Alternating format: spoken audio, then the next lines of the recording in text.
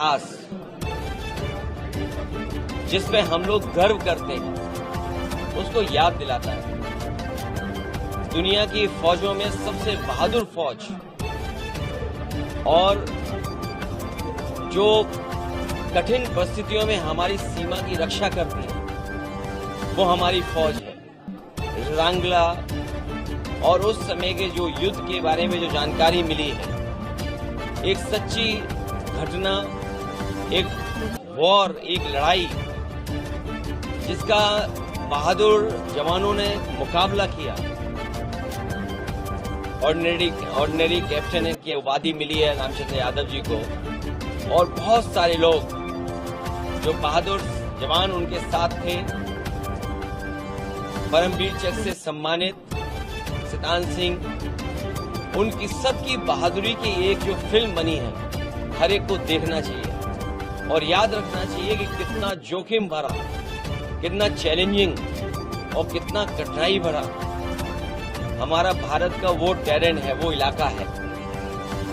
कब किसने क्या जमीन खोई उस इतिहास में न जाकर के इन तमाम बहादुर फौज के लोगों का हम सब लोग सम्मान भी करते हैं और गर्व भी करते हैं। इस फिल्म ने हमारे तमाम जवान जो जोखिम से भरी हुई जीवन जीते हैं उसको याद दिला रहे हैं। नई पीढ़ी को देखना चाहिए और मैं तो कहूंगा क्योंकि मैं जाने कितने वर्षों के बाद ये फिल्म देख रहा हूँ किसी थिएटर में आकर, और मैं इसीलिए देखने आया क्योंकि ये रिजांगला की लड़ाई हमारा एक एक फौजी, एक एक जवान और खासकर वो अहीर जो गुड़गांव, हरियाणा और आसपास के रेवाड़ी के रहने वाले हैं, वो आज भी गर्व करते हैं और उनकी इस बहादुरी पर पूरा देश गर्व करता है। ये गौरवशाली इतिहास जो हमारी फौज का है वो आने वाली पीढ़ी भी देखे, समझे और जाने।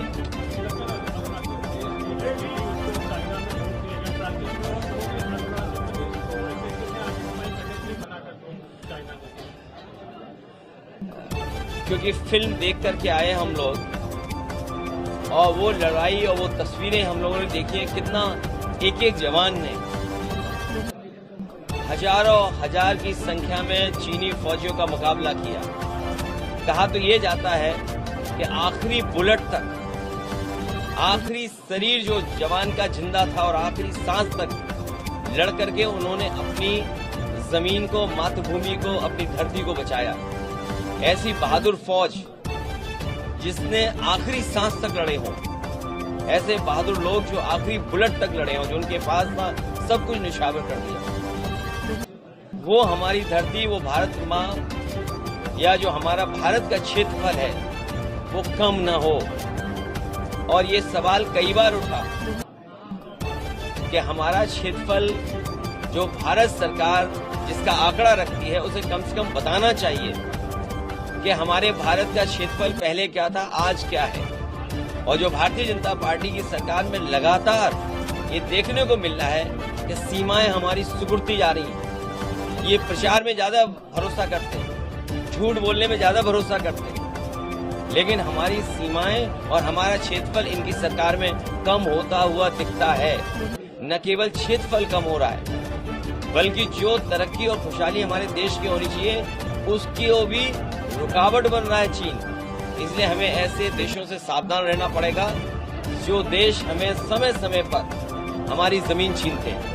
का समय आपने भी बढ़ाने का संविधान दिवस पर यही कहना चाहूंगा कि संविधान हमारा मजबूत हो। जितना संविधान हमारा मजबूत होगा उतना ही लोकतंत्र मजबूत होगा। और मजबूत लोकतंत्र के लिए संविधान के रास्ते पे चल करके जो बाबा साहब भीमराव अम्बेडकर जी ने दिया है, जिसमें सोशलिज्म का रास्ता, सेकुलर समाज को रास्ता दिखाता है, जो डेमोक्रेटिक वैल्यूज हैं उनको कैसे बचाया जा सके। लेकिन इधर हम लोग देखते हैं कि सुबह उठ के ही इधर भारतीय जनता पार्टी ने संविधान दिवस मनाया। संविधान दिवस मनाने वाले भारतीय जनता पार्टी ने सबसे ज्यादा ठेस बाबा साहब भीमराव अम्बेडकर जी के दिए हुए संविधान को पहुंचाया है। जो सबसे बड़ा अधिकार है आज हमारे वोट का, जो बाबा साहब भीमराव अम्बेडकर जी ने दिया है, SIR के बहाने करोड़ों लोगों को वंचित करना चाहते हैं, करोड़ों लोगों को वोट के अधिकार से दूर रखना चाहते हैं। तो जो भारतीय जनता पार्टी संविधान बना रही है और जो आज संविधान दिवस के दिन बड़े बड़े भाषण दे रहे हैं, उन्हें कम से कम ये निश्चित करना चाहिए कि उत्तर प्रदेश सबसे बड़ा प्रदेश है। यहाँ पर करोड़ों की संख्या में लोगों के वोट काटने की साजिश, षड्यंत्र और अधिकारियों के माध्यम से हो रहा है। अधिकारी जो लगाए गए हैं वो सोच समझ करके लगाए गए हैं, जाति के आधार पर लगाए गए हैं। ये बात मैं इतनी जिम्मेदारी के साथ कह रहा हूँ, जब इतनी राष्ट्रभक्ति की फिल्म देख के आया हूँ। 120 बहादुर जो अहीर, जिन्होंने अपनी जान निछावर कर दी सीमा बचाने के लिए, तो उतना ही जरूरी है संविधान बचाने के लिए भी, क्योंकि संविधान तभी मजबूत होगा जब हमारे वोट का अधिकार बचेगा। ये भारतीय जनता पार्टी वोट के अधिकार को छीनना चाहती है। यूपी में अभी बिहार के लोगों से छीना, बांग्लादेश हमारे बांग्लादेश के बहाने वेस्ट बंगाल में न जाने क्या क्या साजिश षड्यंत्र कर रहे हैं। वेस्ट बंगाल में